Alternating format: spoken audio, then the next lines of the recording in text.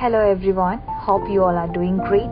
Welcome to another session from the short story Amnesty, written by Nadine Gordimer. This is me, Sufna Xavier, from the Department of English, Carmel College, Mala. Let's move on to the next paragraph of the story. We wanted him to come at once, and at the same time we wanted time to prepare. His mother lived with one of his uncles, now that his father was dead and there was no house of his father for him to take me to as soon as we married. If there had been time, my father would have cut poles, my mother and I would have baked bricks, cut thatch, and built a house for him and me and the child. So they are so happy that he is returning home. So they wanted him to come at once. On the one hand, they wanted him to come quickly. On the other hand, they need some time to prepare. Since they don't have any house after the death of his father, his mother is living with one of his uncles.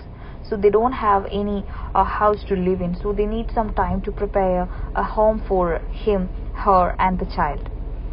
We were not sure what day he would arrive. We only heard on my radio his name and the names of some others who were released. Then at the Indian store, I noticed the newspaper, The Nation, written by black people, and on the front of a picture, a lot of people dancing and waving. I saw at once it was that ferry. So they are not sure on which day he would return to his home. They only heard on radio his name, and they have heard the name of some other people, the people who are being released from the prison, and they don't know, they are not sure on which day he would arrive his home. And they have read his name in the newspaper, in an Indian newspaper entitled The Nation, which is written by black people. And they have also seen a picture in the newspaper in which a lot of people are dancing and waving, and she recognized that it was that ferry which leads them to the island. Some men were being carried on other men's shoulders. I couldn't see which one was him. We were waiting. The ferry had brought him from the island, but we remembered Cape Town is a long way from us. Then he did come on a Saturday. No school, so I was working with my mother, housing and weeding round the pumpkins and mealies. My hair, that I meant to keep nice, tied in an old dock. A compy came over the veldt, and his comrades had brought him. I wanted to run away and wash, but he stood there stretching his legs, calling hey hey, with his comrades making a noise around him, and my mother started shrieking in the old style, A, and my father was clapping and stamping towards him. He held his arms open to us, the big man in town, clothes, polished shoes, and all the time while he hugged me, I was holding my dirty hands full of mud away from him behind his back. His teeth hit me hard through his lips. He grabbed at my mother, and she struggled to hold the child up to him. I thought we would all fall down. Then everyone was quiet. The child hid behind my mother. He picked her up, but she turned her head away to her shoulder. He spoke to her gently, but she wouldn't speak to him. She is nearly 6 years old. I told her not to be a baby. She said, "That's not him." So she is explaining the moments they had after the returning of this man. So she is so happy, and she was doing some household chores, and her hands were dirty, and she was not at all prepared for his arrival.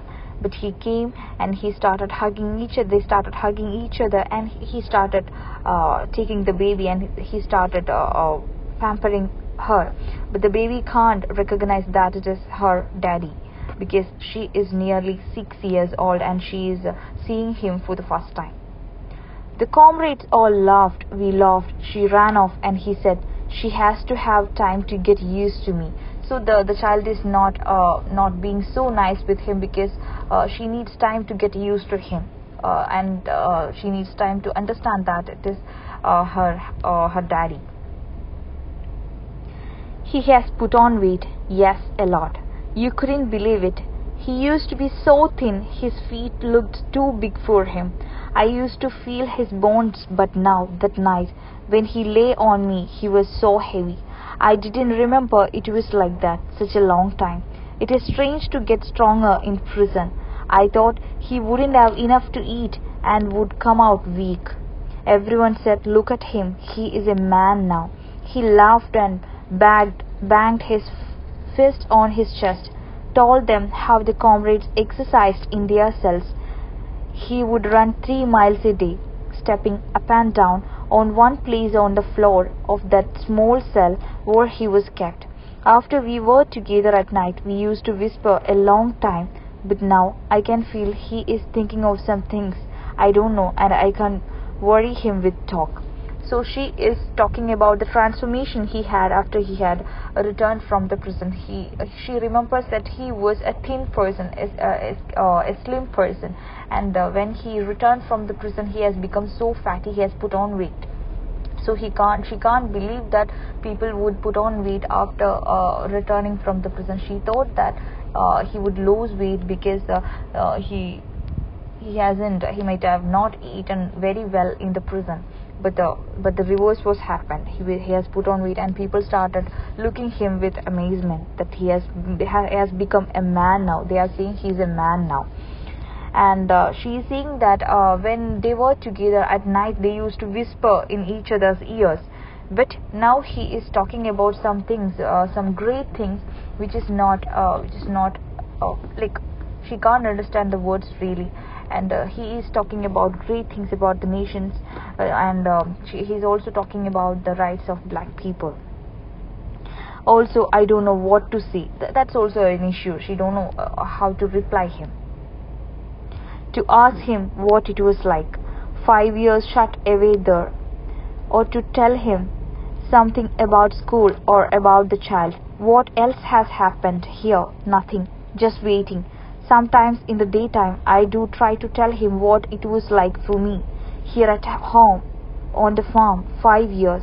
He listens. He is interested, just like he is interested when people from the other farms come to visit and talk to him about little things that happened to them while he was away all the time on the island. He smiles and nods, asks a couple of questions, and then stands up and stretches. I see it is to show them it is enough. His mind is going back to something he was busy with before they came. And we farm people are very slow. We tell things slowly. He used to do too. So she is saying that she doesn't have anything to tell him. She doesn't have any replies for him. He is talking about great things. He is talking about huge matters like the rights of people, the rights of black people, the lives of black people. And she doesn't have any stuff like that.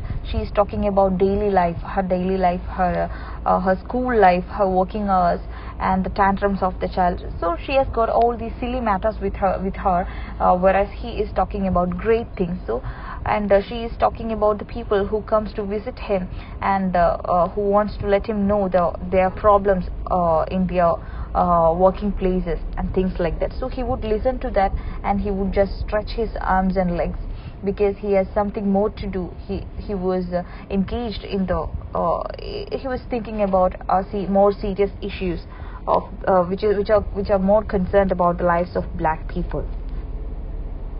I hope we can stop with this. Let's continue in another session. Thank you. Have a good day.